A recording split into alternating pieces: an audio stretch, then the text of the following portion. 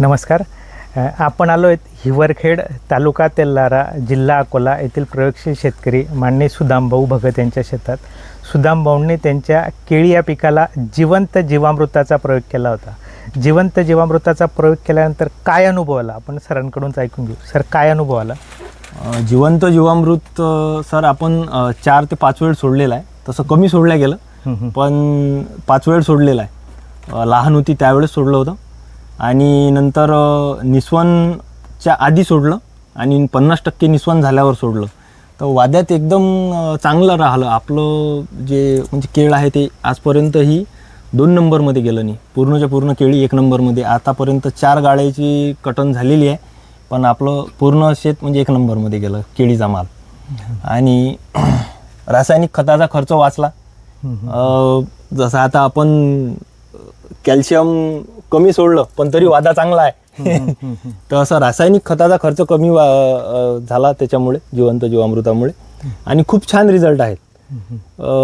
Quality पण चांगली राहिली, बुंदा चांगला बनला आणि मालही चांगला निघाला सर.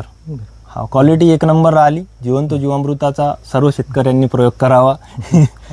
तर सर, एक विचारतो, तुमच्या भागात करपा पण भरपूर येतोय, याच्याने काही जाणवलं तुम्हाला? नाही, करपा कमी आहे. म्हणजे आपल्या 2 स्प्रे घेतले तसे आम्ही फ्रीमध्ये म्हणजे करपायचे, पण करपा आलाच नाही आपल्या याच्यात. बरोबर. हां.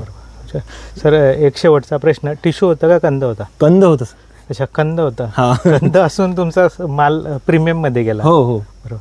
म्हणजे थोडक्यात तुम्हाला तुमच्या केळीवरील खताचा खर्च कमी करायचा असेल, कॅल्शियमचा खर्च कमी करायचा असेल, करप्याचं प्रमाण कमी करायचं असेल आणि भाऊंनी सांगितल्याप्रमाणे केळीचा जर तुम्हाला वाधा वाढवायचा असेल तर आपण सुद्धा जिवंत जीवामृताचा प्रयोग करू शकता. जिवंत जीवामृतामध्ये दूध आणि अंडे असल्यामुळे कॅल्शियमची डिफिशियन्सी भरून काढते. कॅल्शियमची डिफिशियन्सी. हा, तर ते तुम्ही जे सांगितलं होतं मागच्या वेळेस की हे कॅल्शियमची जे पोत्यातून भेटत नाही आपल्याला ते याच्यातून भेटते. तर त्याच्यामुळे वाद्यात 1 नंबर राहिला.